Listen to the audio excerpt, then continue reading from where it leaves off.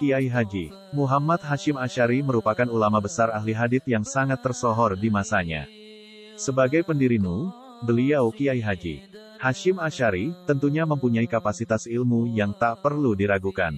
Beliau memiliki gelar Hadratus Syekh, gelar yang tidak sembarang ulama bisa miliki. Ulama yang memiliki gelar Hadratus Syekh haruslah menguasai berbagai disiplin keilmuan Islam, termasuk kitab-kitab hadits dari Kutubus Sittah yang meliputi Sahih Bukhari, Sahih Muslim, Bukhari Muslim, Sunan Abu Dawud, Tirmidzi, Nasai, dan Ibnu Majah. Itulah alasan mengapa Hadratus Syekh Kiai Haji Hasyim Asy'ari sangat dihormati dan disegani ulama dunia saat itu. Bahkan gurunya para ulama besar, Syekhona Khalil Bangkalan mengakui kealiman dan keilmuan Hadratus Syekh Kiai Haji Hasyim Asy'ari. Dulu, ketika Mbah Hasyim masih menjadi santri Syekhona Khalil Bangkalan, beliau diberi tugas untuk mengurusi kuda-kuda milik Mbah Khalil. Hingga beliau hanya memiliki sedikit waktu untuk mengaji, karena sebagian besar waktunya dihabiskan untuk mengurusi kuda Mbah Khalil. Suatu saat, Mbah Khalil kedatangan seorang kiai asal Jawa yang telah memiliki banyak santri. Kiai tersebut berniat meminta Mbah Khalil untuk mencarikan menantu, sebab dirinya belum memiliki penerus untuk mengurus pesantrennya. Ya Syekhona, kedatangan saya ke sini pertama-tama berniat untuk silaturahmi. Kedua, mengingat putri saya telah dewasa dan usia saya juga sudah mendekati ajal, kiranya saya ingin mencarikan jodoh untuknya.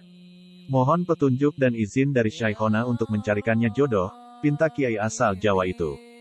Setelah mendengar niat kedatangan kiai tersebut, Mbah Khalil langsung memanggil Mbah Hasyim yang saat itu sedang mengurusi kuda di belakang rumah. Mendengar sang guru memanggil namanya, Mbah Hasyim dengan segera menghampiri sang guru dengan tergesa-gesa. "Iya Kiai, Mbah Khalil jenengan manggil saya," kata Mbah Hasyim yang secara otomatis merunduk di depan Mbah Khalil. "Iya," kata Mbah Khalil. "Ini dia calon menantu yang akan meneruskan perjuanganmu," dawuh Mbah Khalil kepada sang tamu. Kiai tersebut tercengang mendengar perkataan Mbah Khalil, seorang santri yang lusuh dan tak karuan. Mbah Hasyim di hadapannya memiliki ilmu yang cukup untuk mengurusi pesantren miliknya. Di sisi lain Mbah Hasyim pun merasa bingung dengan sang guru, sebab Mbah Hasyim yang belum memiliki ilmu, apa-apa harus dijadikan sebagai menantu dari seorang ulama yang begitu mulia, alim, dan berwibawa. Mbah Hasyim merasa belum layak untuk dijadikan sebagai menantunya. Setelah itu Mbah Khalil mengatakan sesuatu yang membuat Mbah Hasyim dan tamunya terkejut. "Sudahlah, kamu tamu, pulang dan siapkan saja selamatnya, 3 hari lagi akadnya dilaksanakan.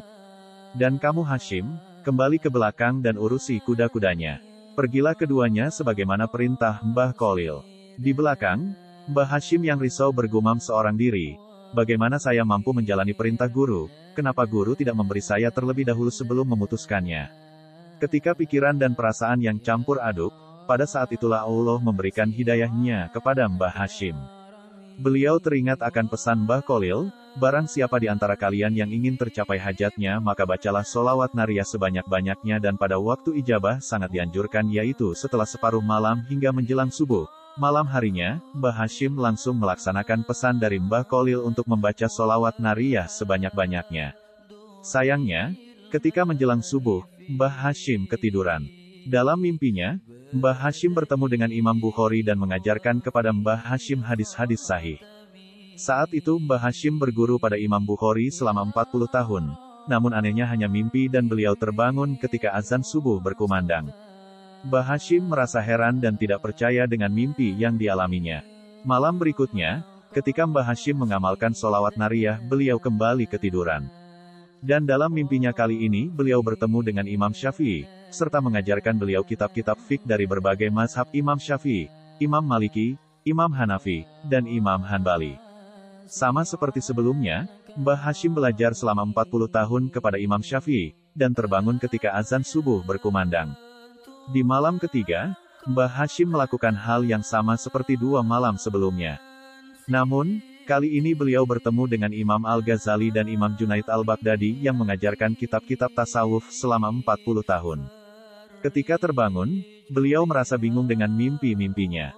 Lalu beliau berniat untuk menceritakan mimpinya kepada sang guru, namun hal itu tidak sempat diutarakan sebab Mbah Hasyim diperintah untuk segera bersiap-siap berangkat ke rumah calon mertuanya untuk melangsungkan akad nikah. Lalu, Mbah Hasyim dan Mbah Khalil pun berangkat.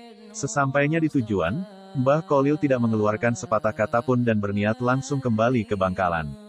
Ketika hendak pergi, Mbah Kholil memberikan dawuh kepada Mbah Hashim dan mertuanya, serta disaksikan oleh banyak santri dan tamu undangan.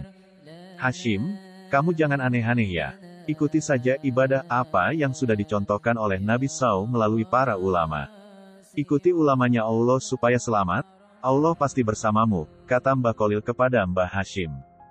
"Jangan ragu dengan Hashim, dia sudah belajar selama 120 tahun, kata Mbah Kholil kepada mertua Mbah Hashim. Mendengar dawuh Mbah Kholil, baik Mbah Hashim, sang mertua, maupun semua yang ada di situ terkejut, dan merasa heran. Bagaimana Mbah Hashim sudah mengaji selama 120 tahun, sedangkan usianya saat itu saja belum genap 50 tahun.